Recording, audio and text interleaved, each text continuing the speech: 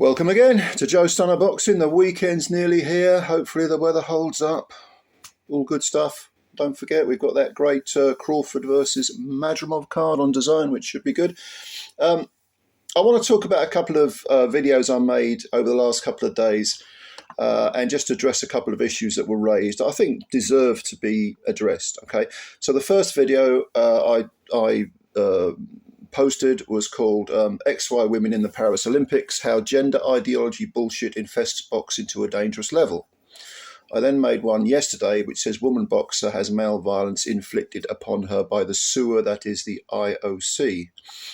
Now, a lot of people have come at me and they've said, look, Iman Khif, the boxer in question who yesterday stopped Angela Carini in 42 seconds, well, she actually quit because she felt the weight of the punches and thought, the hell with this, I'm out, and I think she was fully aware in her mind, although post-fight she didn't mention this, that she was in against someone who at the very least had male characteristics, okay?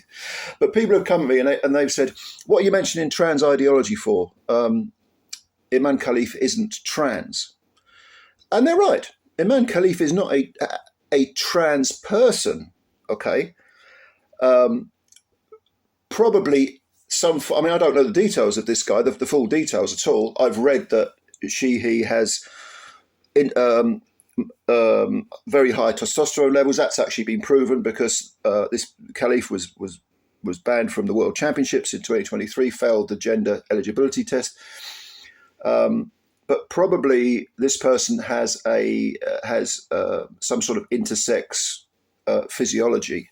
And intersex, when we say intersex, there are many, many different types. There's I think 2 or 3 dozen, maybe 20 to 30 intersex variations. It can manifest itself in different ways. You're born with it.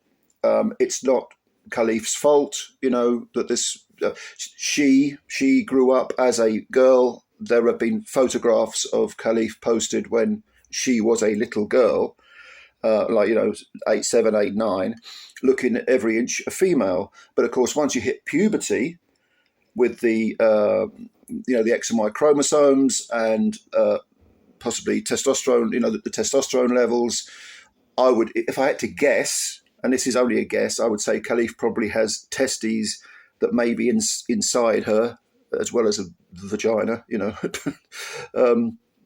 I don't know. I mean, I can only speculate, but high levels of testosterone in intersex people usually come from having, male sex organs. Okay. Now, when I made my my video saying that gender ideology bullshit infests boxing to a dangerous level, I stand by that. Excuse me. Even though Khif is not a trans person, look, trans ideology is, I think, one of the most insidious, creepy, Orwellian things. I'm not saying that this is about all trans people, but the ideology, listen to the words, the ideology that is peddled by the more, shall we say, vocal and extreme trans activists, especially the manipulation of language and shutting down any kind of dissent by accusing people of bigotry and transphobia as if you have an irrational fear of trans people. That is venal to me, absolutely horrendous. And there's no doubt it has infested, every walk of life, but it's also infested how the IOC are thinking. Because the IOC is a very, I hate this word, but a very woke organisation, and which I think was reflected in the opening ceremony. I've only seen clips of it because, frankly, I gave up, like I said in my previous video, I gave up watching Olympic boxing and the Olympics in general after 1988, after Roy Jones got jobbed in the final of the Seoul Olympics, which was corrupt. And this is it. The Olympics is so corrupt. Anyway, I don't want to go off at a tangent.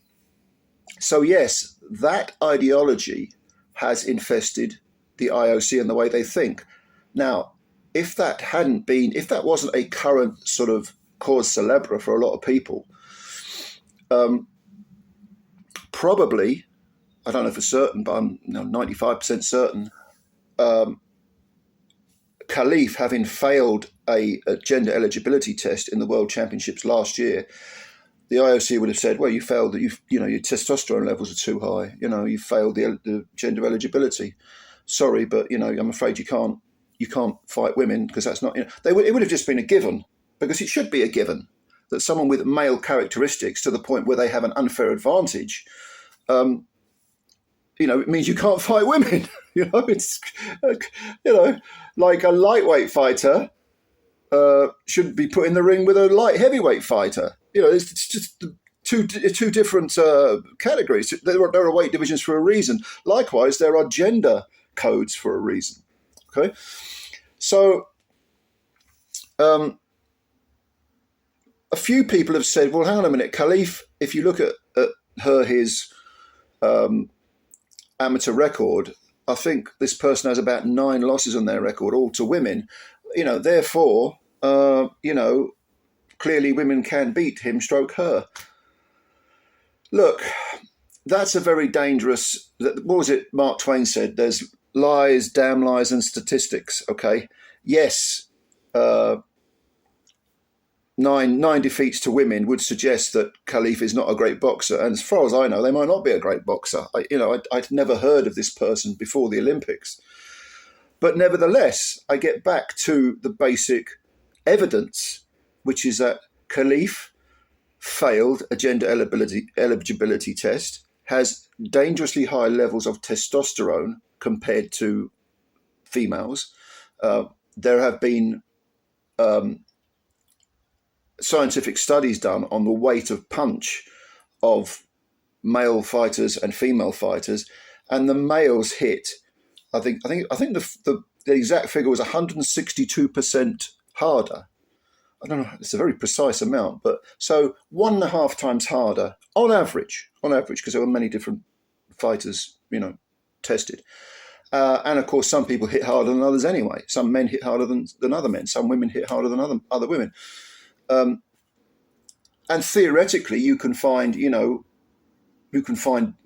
male boxers who are so unskilled, who could potentially lose to a very skilled female. That's not impossible either. There are always exceptions to any rule. But the issue here is that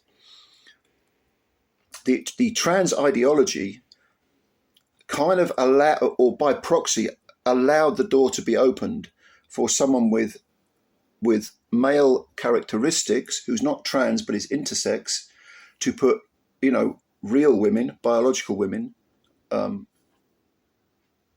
extreme danger. And it will be interesting to see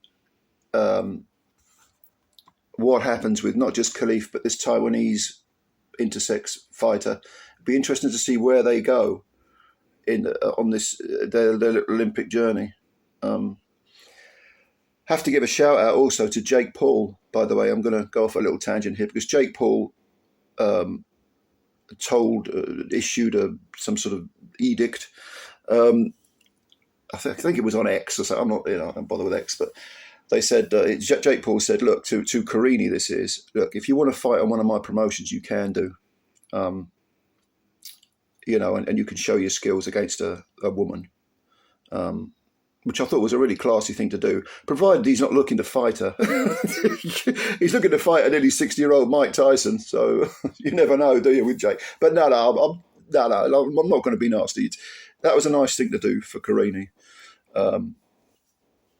Who did the worst thing a fighter can do is quit, and she did quit. And I think she can make we can make a strong justification for her quitting, because I don't think it was anywhere near a level playing field for Carini, anywhere near it. I think the IOC, when I said that they inflicted violence upon her and they are a sewer, I stand by that. I think the IOC. We know that. We know about the corruption in the past, that they're an absolute disgrace. So I don't take that back either. But you may disagree. Please leave comments below. This is the 3rd video I've done on this subject in as many days, but I think it's an important subject, one that shouldn't be brushed under the carpet, because we are talking about the safety of fighters. And if you love boxing, which I most certainly do, the safety of fighters is the most important thing, which is ironic because being punched in the face is never a safe thing. having said that, that's why we need to protect fighters from themselves sometimes. And when you have a situation where the playing field is in no shape or form level, right, and where it's not really a competition, where ideology takes over, and it's not really about sport, it's about something else.